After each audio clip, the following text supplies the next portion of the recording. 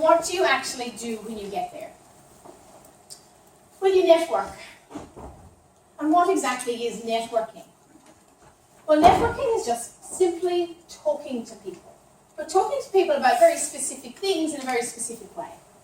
And the concept of the hidden job market is you will meet people. Imagine this is you. And you go along to a conference or an event, and you meet 3 people. Now, you do something specific with those 3 people. It's not those 3 people who are the ones who could get you a job. But it's the 9 people that each of those 3 people might know. And this is where we start to sort of almost leverage off the power of the hidden job market. The power isn't in the first line of connection. It's in the second and the third line of connection. That's where the power is.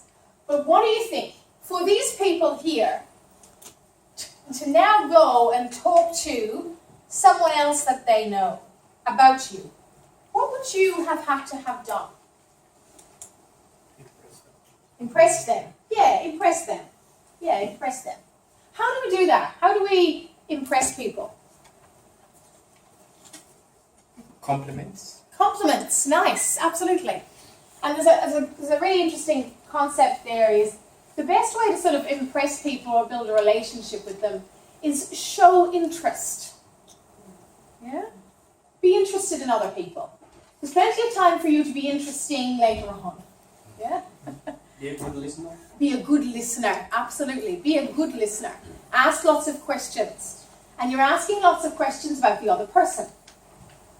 So I'm going to ask you now, in little areas in your sort of locale, so little groups, and I'll put you, I'm going to split the room and put you in little groups along your rows, to think about some questions that you could use at any of these environments that would show interest in the other person. What sort of questions? You can even think about some of the questions I asked you at the beginning to show interest in you. So what do you think are questions you could ask at any networking event? It could be an online forum, or it could be a face-to-face conference, it could be a barbecue, it could be anything. But the sort of questions you could ask people that would demonstrate and show interest in the other person. So just in your sort of groups, maybe maximum of 4, so 4 of you, for example, and 4 of you, and then just sort of continue that. Have a little chat in your little rows, and I'd like you to come up, each of you, come up with 4 questions that you could ask. 4 questions, 4 different questions that you could ask. Let's see if together we can come up with, from all the questions you've come up with, we can come up with 10 good ones. 10 good ones that, no matter what the situation is, you could use straight away. So we might go right down the back, the very back row. What was one of the questions you came up with that you could add, please? Any of you, yeah? Of yourself? Have you ever worked in professional environment before? Correct. No. Yeah. Now, what we want to do when we ask these questions is we want to keep the conversation as open as possible. What is a way that we can slightly rephrase that question? Sorry, what was the question? The question was, have you ever worked in a professional environment before? What's someone going to answer to that question? Where are you working? No one yet. No and yes, exactly. Yeah. So where are you working? Or where have you worked before? You know, or what roles have you done in a professional capacity before? So fabulous, let's just open it up more. The yes and no questions like do or have or are or is, they're great when you want to confirm or check something. Yeah? So maybe you get on and you're having a chat with someone and then they might say, oh listen, I could introduce you to this person, or maybe we could talk about that, and just, are you free next week? You know? Or and have you got 5 minutes on Friday that we could chat? Yeah? So when you're going to confirm or check something, use a closed question. When we're talking about these sorts of environments, the more open the question, the more open the conversation, the more open the relationship. So brilliant one. Let's put a what there, you know, what have you done and what roles have you worked in before in a professional capacity, or where have you worked before? Great starters. Thank you. Thank you very much. What about over here at the end? What was a couple of questions that you came up with? What do you do? Where do you live? Well, what do you do? What do you do? Oh, sorry, yes. What do you do? What's your occupation? What do you do? Great stuff. What is it? What could be another follow-up question you could ask here? Which sport do you follow? It might not be necessarily related, but yes, that's another very good question. You know, what sports do you enjoy? What sport do you follow? Great one. Yeah, lovely. Especially AFL. It could be AFL. We're coming into that sort of silly season with AFL. Yeah, absolutely. But yes, it could very well be. Or it might not be. But again, by asking what sport, you're not assuming anything. So you're letting the person actually choose, and that makes for a better conversation. Yeah, and then you can ask what team. Internship going? How's your internship going? Brilliant question. Yeah, how's your internship going? Well done. Something, again, a nice open general question. So what's your favourite TV programme? What's your favourite YouTube fix or whatever it might be? Lovely, right? Depends on the situation. Yes. Like the commonality. If we think about like preschool, Yes. how is your things right now? Fabulous, absolutely. Without a great question. You know, what other ACS events have you attended? You know, how are you finding your ACS membership? What value are you getting? What have you been able to learn from the great stuff? So all these sorts of things can be fabulous questions to ask if you're meeting someone here, for example, or it could be, you know, our Toastmasters. You know, how long have you been coming to Toastmasters? When did you start? What's the number one thing you've learned from attending Toastmasters? Yeah, great stuff. Lovely, beautiful.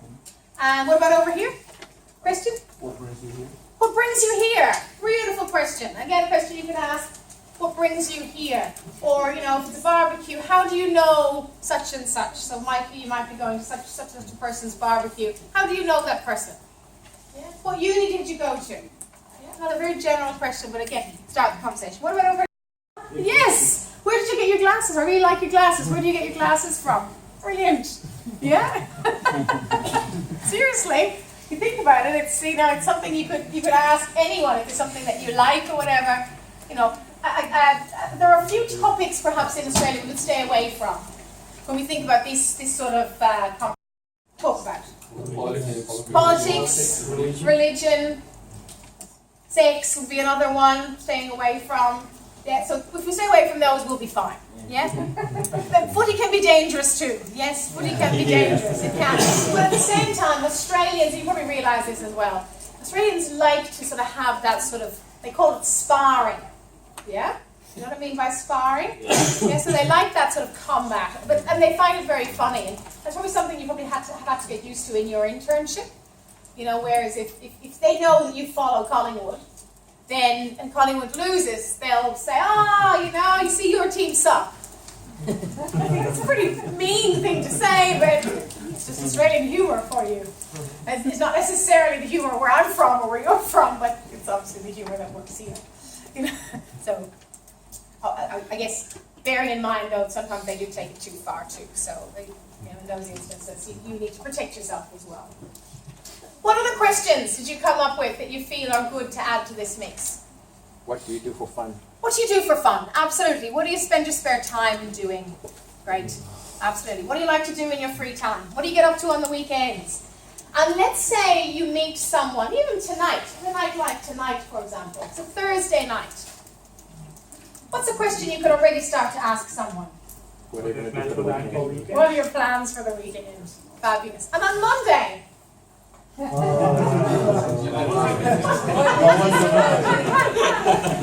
was your weekend? How was your weekend? Comment about weather. Weather! Yeah, how are you finding the weather? You know, what do you think about this weather? You know, what weather do you prefer? How does this compare to the weather where you're from, or whatever it might be? Fabulous. And now we're into some really general topics. Now you might think, well, you know what, it's not going to get me a job. You know, I talk about those things, talk about the weather or footy, whatever, it's not going to get me a job. What does it do? When we start to have conversations with people on this sort of level, what does that do? Creates a relationship. Absolutely. It is networking. It creates a relationship. And it builds trust. It builds trust. And all good relationships are based on trust. And without that trust, this person here is not going to send you off to someone else. They're not going to refer you, they're not going to recommend you if there's no trust. So there must be trust in that relationship. And when we actually have a conversation like this that's built on these sort of generalities in our society, safe topics and so on, and topics that show interest in the other person, they like you. And when they like you, they're more likely to trust you. And of course then, they will reciprocate. What do I mean by reciprocate? Return the question. They'll return the question. Yeah, the classic one is, and what about you? Now you have an opportunity. Not because you sort of walked in and said, I'm Jill, and I do this, and I'm really good at that. You know, not because you've done it that way, but because they've asked you. And you say, oh, funny, you should ask. You know, this is my situation, this is what I'm doing, this is my background, this is this is the challenge I'm having at the moment. And here we are now in a fantastic position in the hidden job market to do something very specific. Just another similar picture to what we're talking about. And the next position would be when we get into this reciprocal conversation, what about you? And you say, this is my situation. We have two more rules. And these rules are, never ask for a job. And don't ask for favours. Let me give you an example. Well, funny you should ask. I'm just finishing my internship and I'm really looking for a job in business analysis. Would you be able to hire me? Would you know anyone who could hire me? What's the other person going to think and feel? Yes, absolutely. You're needy, you're desperate, absolutely. And they're going to think, oh, I can't help this person. I need to go to the bathroom. So they're going to get away from the conversation. And effectively, they're going to feel very obliged and compelled. And you're expecting now them to do something for you. And just because they can't deliver, they're going to feel that they want to run away. It's the fight or flight response, yeah? They're going to feel like they just have to leave, or they can't say anything, or they don't know what to say. So never ask for a job. But you can ask for advice and suggestions. Very clever. So funny you should ask. I'm just finishing my internship, and I'm wondering, what advice would you have for me? I'm looking for a job in business analysis or software programming, whatever. What advice would you have for someone like me looking for a job at this stage? Now, why would a question like this work? Because you're not directing it at them. Exactly, you're not talking directly at them. And what about advice? What about advice and people? It's like placing them at a pedestal. You're That's saying, I'm looking up to exactly you. it. It's exactly it. You're saying, I value your opinion, and people, of course, love to give their opinion and advice. And the advice might not be good. Let's face it, just because they give you advice doesn't mean it's going to be good advice. We've got to sort of take it, but you can just simply say, oh, thank you very much. I'll think about that. Even if it's rubbish advice.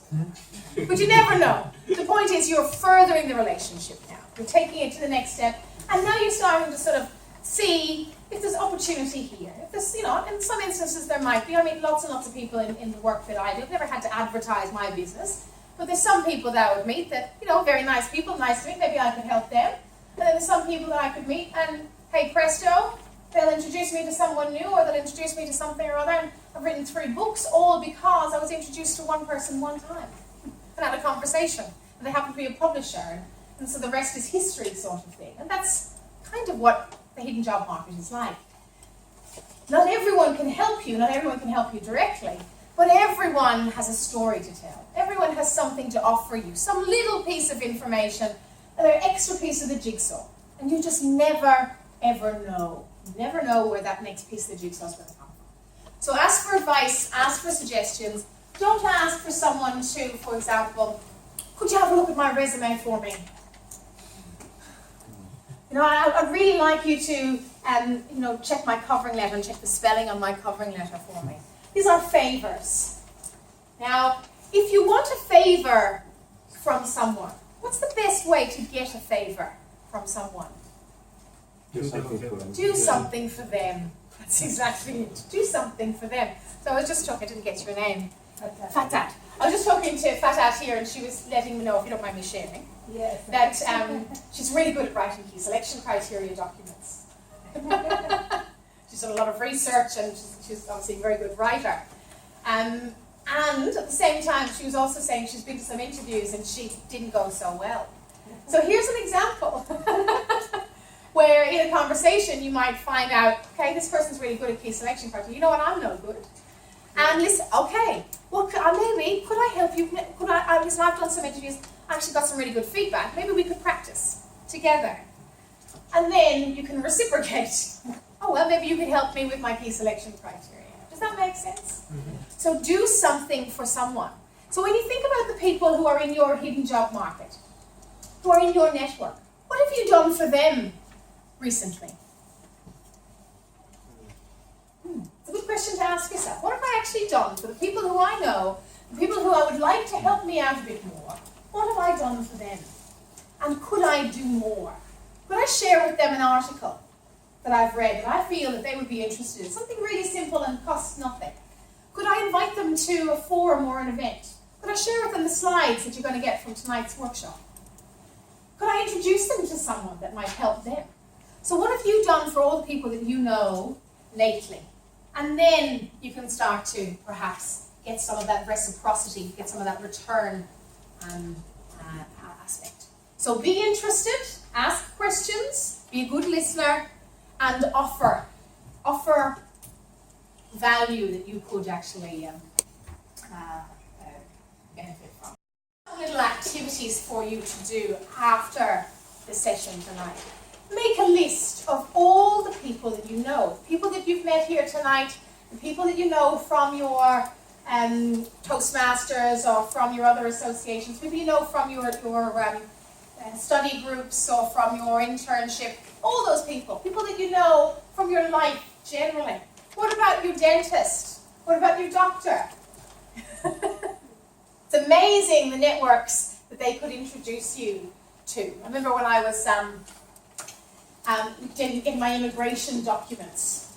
You need someone who's known you for a while and who's got that trust. I have a very good relationship with my dentist because I refer people to my dentist. So I do something for my dentist does something for me. Not just get my teeth cleaned, but actually did all the paperwork to help me with my permanent residency.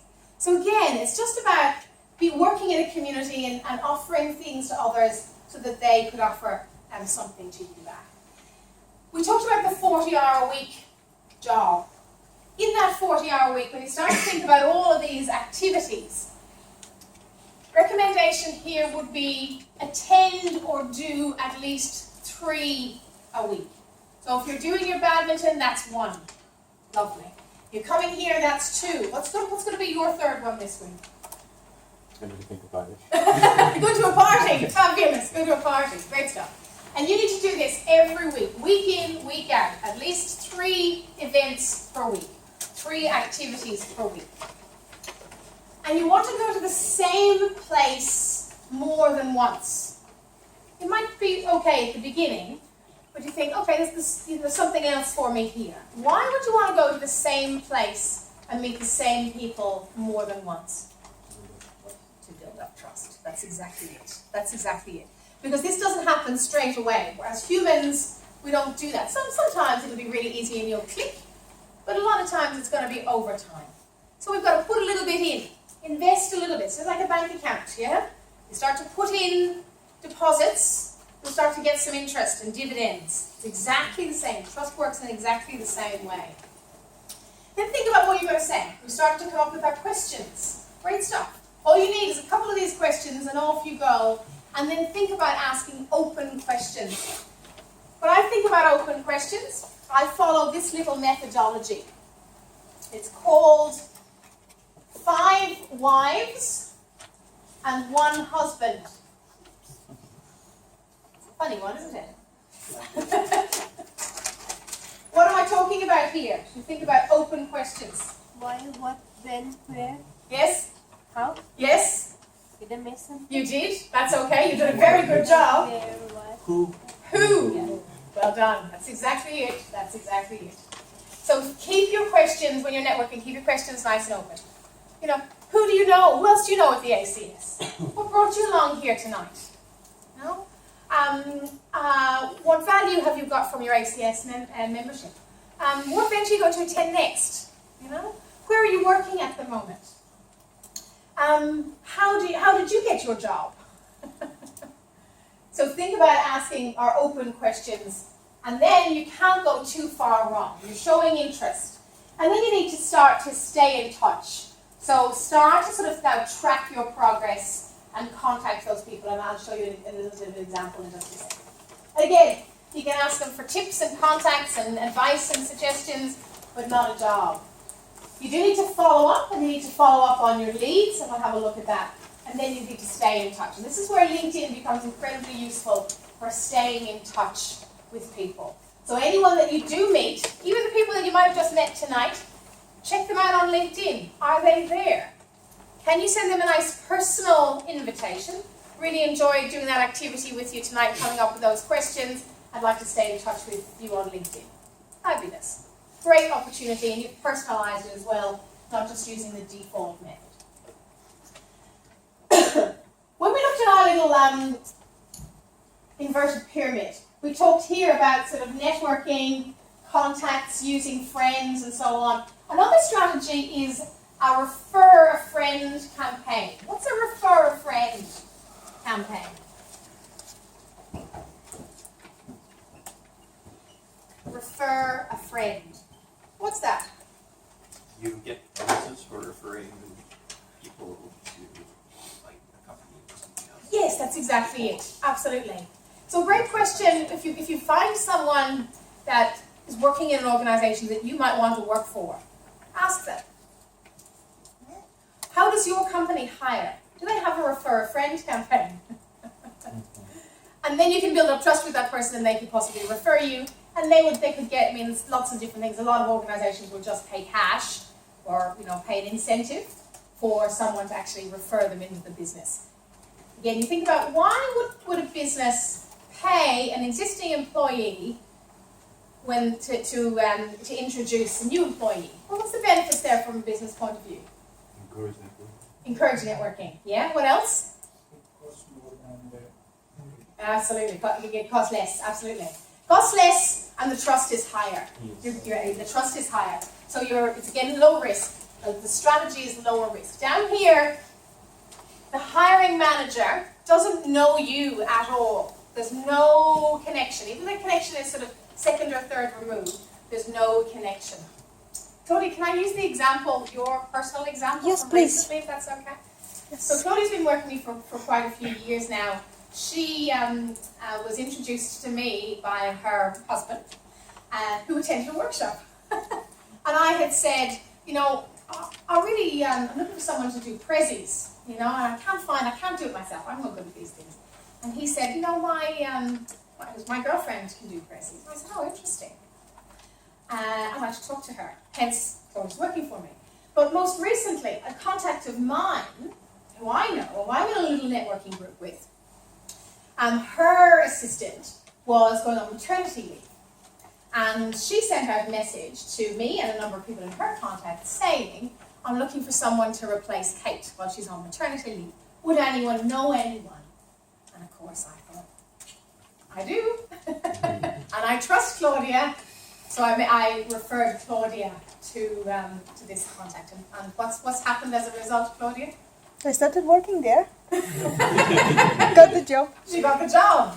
Yeah, she got the job. So 2 opportunities there from networking and the hidden job market. But again, it comes back to trust. It all comes back to trust. If I didn't trust Claudia, if I didn't trust Claudia's boyfriend to begin with, I've met him a few times in the workshops, I wouldn't have sort of said yes. Yeah, I wouldn't have even gone there to invest that time. So again, it all comes back to that connection that you actually have in the instance.